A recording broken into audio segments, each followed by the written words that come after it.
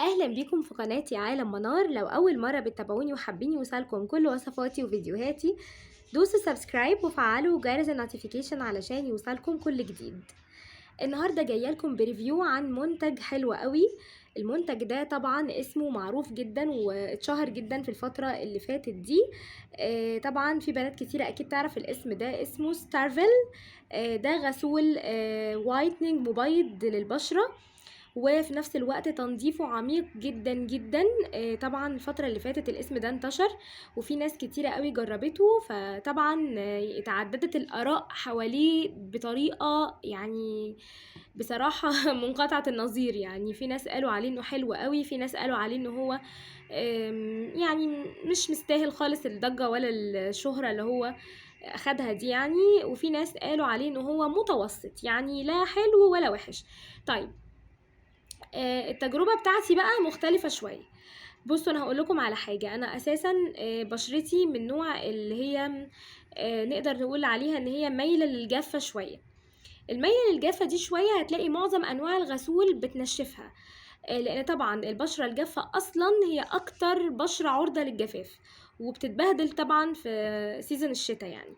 فخلينا نقول بقى، خلينا نبقى موضوعيين شوية، مش هنعمل اعلان ولا نطلع نقول ان هو حلو ولا نطلع نقول ان هو جامد ولا بيفتح قوي ولا كل الكلام ده. هنقول الكلام اللي هو اللي فعلا الغسول ده بيعمله. بالنسبة لبشرة جافة زي بشرتي، فأنا هحتاج حاجة مش عايزة حاجة تشد بشرتي، مش عايزة حاجة يكون فيها عطور كتير عشان ما تعمليش تهيج أو حساسية. طيب أنا هختار حاجة تبقى مناسبة لبشرتي، ما تعمليش حساسية، ما تعمليش جفاف، ما تشدليش البشرة بعد ما أغسل وشي بيه. طيب أنا عايزة إيه؟ عايزة حاجة في المتوسط. بصراحة ستارفل ده كويس قوي للبشرة يعني. انا عايزه اقول لكم انواع كتيره قوي انا استعملتها بصراحه. يعني عايزه اقول لكم والله كانت انواع غاليه جدا، بس للاسف كانت بتعمل لي يعني بعد ما اغسل وشي كده الاقي وشي شد، واحس ان انا بسرعه عايزه اي كريم مرطب، علشان بحس فعلا ان انا حصل لي جفاف لحظي يعني في وقتها. ستارفل ده بقى النوع الوحيد اللي ما عمليش المشكله دي. يعني خلينا نقول ان هو فيه نسبه ترطيب حلو قوي للبشره بعد ما بنغسل وشنا. فاي بنت عندها مشكله في الجفاف او بشرتها بتجف بسرعه او بتنشف بسرعه، تقدري تستعملي ده وانتي مغمضه عينك. مش هيعملك اي حاجه ولا هيعملك اي التهابات، ولا بتحسي ان انتي عندك تهيج كده او نوع من انواع الحكه بعد ما تغسلي وشك خالص. بجد ده النوع المنفرد اللي معمليش كده. تمام، فهو انا بصراحة اديله يعني 10 من 10 في النقطة دي. فاي حد عنده جفاف يقدر يستعمله وهو مطمن. طيب ايه تاني؟ الغسول ده بصراحة مكوناته متعددة، في حاجات كتيرة قوي. خلينا نقول ان هو فيه الكوجيك اسيد، فيه كمان شيا باتر، زبدة الشيا، بذور عباد الشمس، سان فلاور سيدز كمان مكتوب عليه بذور عباد الشمس، او يعني زيت بذور عباد الشمس. تمام. في كمان حاجة برضو حلوة قوي، الكوجيك اسيد زي ما قلت لكم ده اساسا ممتاز للتجاعيد او الخطوط الدقيقة. طبعا اغلبنا او في ناس كتيرة قوي بعد، عايزة اقول لكم بعد سن ال20 اصلا وال30 بتبتدي تظهر الخطوط. وده مش عجز ولا مش تقدم في العمر ولا حاجة، قد ما هو روتين خاطئ في الميك اب. ممكن نكون بنستعمل الميك اب كتير، ممكن نكون تعبيرات الوش بتعمل معانا التجاعيد دي مع الوقت، فده امر طبيعي جدا جدا. فما ما نقلقش منه ولا حاجة. فده بقى عندي برضو الكوجيك اسيد ده عنصر حلو قوي، هو والهايلورونيك اسيد، في ان هو يبتدي ان هو يملأ الخطوط دي معانا مع الوقت ومع الاستعمال، مش من اول استعمال. فده برضو هيفرق قوي قوي معانا في المنتج ده. طيب، ايه الكلام المكلكع كلام الكتير ده؟ كلمينا بطريقة نفهمها اكتر. يعني مهم ولا لأ؟ حلو ولا لأ؟ فعلا وايتنينج بيبيض ولا لأ؟ هقول لكم بكل صراحة. بالنسبة للتفتيح مش هنلاحظ تفتيح قوي، لان مفيش طبعا حاجة بتفتح وقتي. تمام. بس هتلاحظوا ان وشكم بعد ما غسلتوا وشكم كده ان في نضارة، في صفاء كده.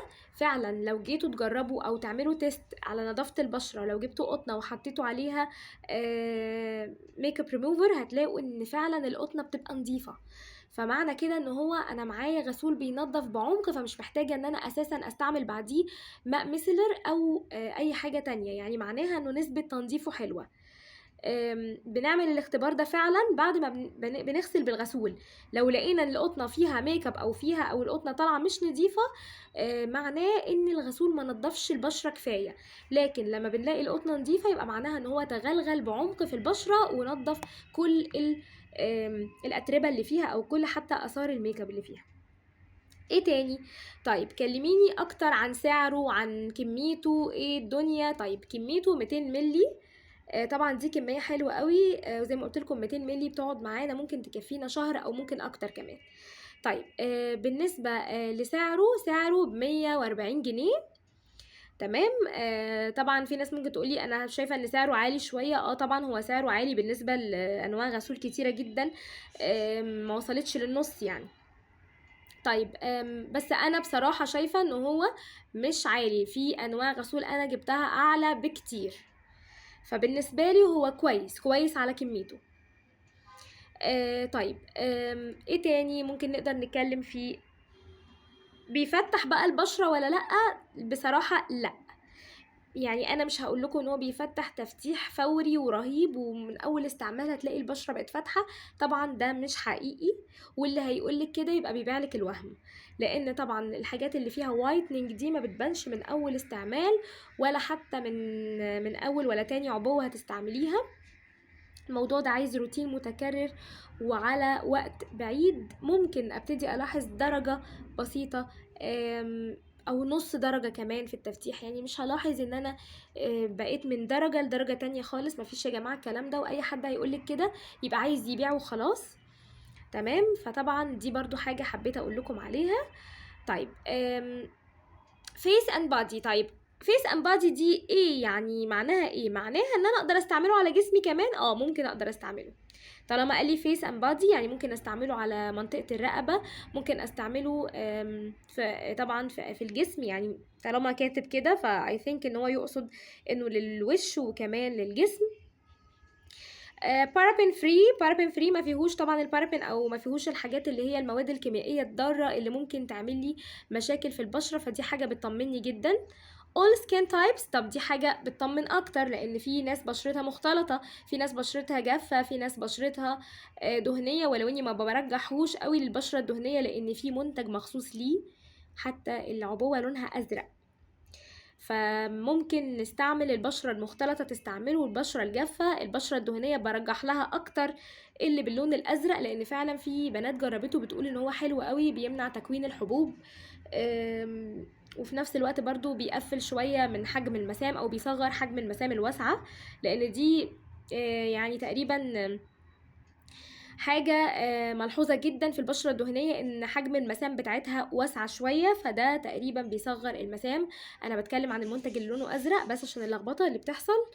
المنتج اللي لونه ازرق هو اللي للبشرة الدهنية. بصراحة مش معايا ان انا اوريهولكوا يعني، بس ادخلوا كده على السيرش واكتبوا ستارفل الازرق، هتلاقوا على طول الشكل العبوة بتاعته لونها كده فيها زي جل لونه ازرق، هو ده اللي مناسب للبشرة الدهنية. لكن ده بصراحة انا جبته على اساس ان انا بشرتي جافة او عادية، ما جربتش اللي للبشرة الدهنية. طب حلو يعني ولا يستاهل الفلوس اللي هدفعها فيه؟ يستاهل بصراحة، هو كويس. مش هقول لكم انه عمل مشاكل في البشره او ان هو وحش او لا. بصراحه تجربتي انا كانت كويسه، يعني هو كويس جدا. في نفس الوقت برضو هتلاحظوا كده ان هو كمنظف هو حلو جدا. يعني لو راجعه من مشوار وبشرتك مجهده كده عايزه حاجه ديب كلين كده وتبقي فريشنس كده والدنيا حلوه والبشره منتعشه، لا تقدري تستعمليه وهتتبسطي جدا جدا من اول استعمال ليه. بس كده. انا عارفه انه ريفيو طويل شويه، بس انا وضحت لكم فيه كل النقط اللي ممكن تسالوني فيها او اي بنت ممكن تبقى حابه انها تعرفها. بس كده جربوه، يا رب ان شاء الله يعجبكم ويجيب معاكم نتائج حلوه، وان شاء الله اشوفكم في فيديو جديد وريفيو جديد. باي باي.